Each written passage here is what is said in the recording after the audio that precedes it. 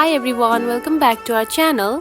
In today's video, I'm going to show you how to add images using Clipchamp.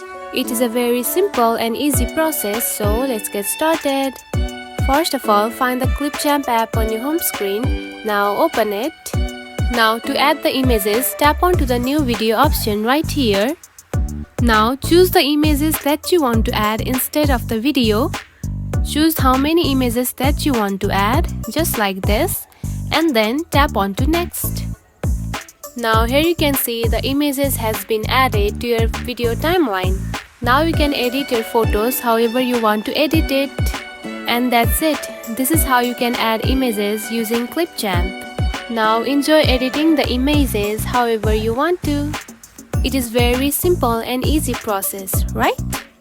If you found this video helpful, don't forget to like and subscribe for more tips. Thanks for watching.